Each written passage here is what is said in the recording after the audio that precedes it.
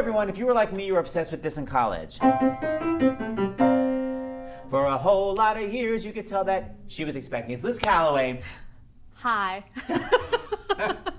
Okay, let it just be known that before we were filming, there's a lot of sassing going on. Liz always plays innocent roles, but in real life, you are, well, I would say a biatch. What would you call yourself? A biatch. Okay. No, actually, I'm the anti-diva. I like to think of myself as the anti-diva. I guess by sassing me all the time as being an anti-diva. Well, you deserve it. Okay, see, this is put up with. Anywho, okay, a couple of things before we get into the song I want to ask you. First of all, when you were, for a while, you were in... Oh, what is that? What is that song? Okay, this is the comedy I have to put up with. My point is, you told me that you were backstage for so long, you would do things with the actors, like they'd want to know information and you'd give it to them, like games or something, like if like a baseball game is playing. I don't know what you're talking about. She's such a liar. Okay, such a liar. So like there'd be like a sports game playing. Let's say there was an important Wimbledon match or an election, perhaps, and certain people would. I remember we had some Canadians in the cast, and they were interested in the election results of the Canadian national election. So what we decided is, when I made my entrance, if I was just slightly more upstage, that meant that the incumbent was winning, and if it was downstage. So I did that. But all in character. I was in character. Uh-huh. But the point is, because they were on stage all the time, so she was their only outlet into news sources. Right. I'm upset. Okay, so that I'm obsessed with. B, please tell everybody, whose voice did you do? What movie did you do? Anastasia Fair? Was that your movie? Seth, there were so many movies that I did. Let me see which one you mean. Okay, there's only one, and what was it? I did one movie in my life, it's Anastasia. Thank you. And who were you the voice of? Anastasia. Anya. Who was the person? The speaking voice Yeah. was Meg Ryan.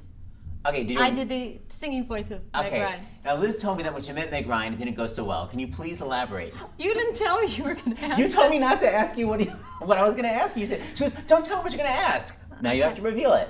No, I introduced myself to her at the opening night party, and I said, hi, I'm Liz Callaway, and I did your singing voice. And she said, oh, really? I told everyone I did the singing. And she walked away. And I, of course, in true Liz Callaway fashion, was just like, oh, okay, great. The anti-diva / doormat. But things have changed. Since Anastasia, I've toughened up. I know, but only towards me. Anywho, we're going to do, so I'm obsessed with Liz. Listen to her all the time. Love her voice. I also used to love it on, I listen to that all the time. Once she hated this city. So pretty. The point is, you were doing Baby, you were doing this, you told me the story, you were doing, this was like a backwards audition or something, right? Right, we did a million backers auditions for Baby. And the normal ending, why don't you know how the normal ending normally went? It ended on a crazy high soprano note. I don't know why. So this was the headachy. Want to do it?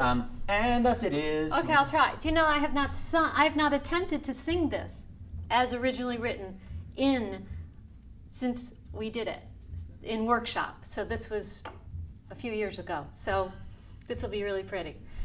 32 years ago. Here we go. Oh, I hate you. And what are the words? Thus it is. And thus it is, our story goes on and on and on and on. Original ending. And on. No, it wasn't really the high part. But it was late. This crazy soprano F sharp. Or G. The point is, what happened? Regardless, the point is, you went to a. We were doing one of the backers auditions, and I had a cold, and I said to David Shire, I said, I never did it well. The high G. Actually, that didn't sound terrible right now. Well, you had 32 years to work in it, dear. And it was an F sharp. But because I have a cat and I talk to my cat in a very high voice, my sopranos actually improved. But I didn't have a cat back then. And so it was like, and it was horrible.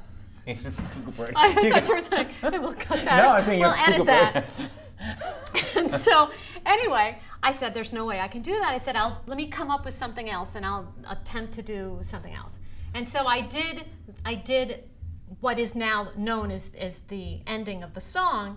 And David Shire said right afterwards, it's like, that's it. And we never went back. And then it's so it was because of a cold, the signature ending happened. So we're gonna recreate the actual signature ending. So imagine. But can I just tell you one thing before we do this? Yes. We were joking when we were rehearsing it because Seth has, it's really hard for him to play this part. I mean, he's very good, but sometimes, you know, there's just something that comes up that's a little tricky for him.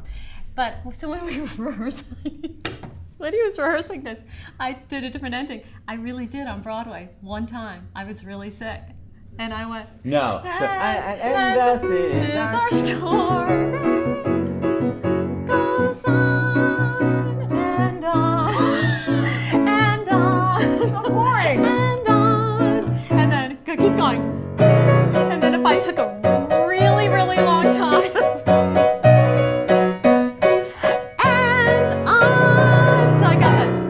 So anyway, and actually at that show, my eventual sister-in-law was at the show, and I was so embarrassed that she was coming to see me, and this was right before we closed. So anyway. Terrible singing. Okay. This isn't really going to air, is it? 100%. So here's the real ending. How am I going to sing the real ending when I've been laughing? This is terrible. It's All called right. acting, dear.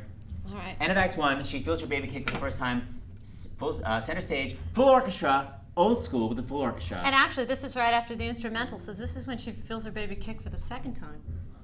Subtext.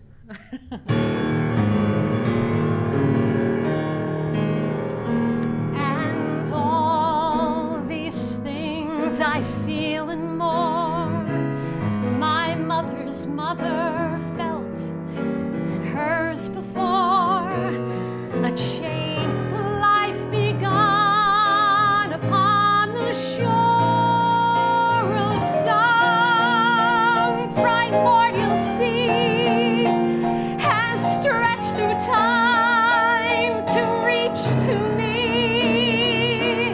And now I can see the chain extending. My child is next in a line that has no ending. And here am I feeling life that her child will feel when I'm long gone. Yes, all that was is part of me, as I am part of what's to be. And thus it is our story goes on and on and on and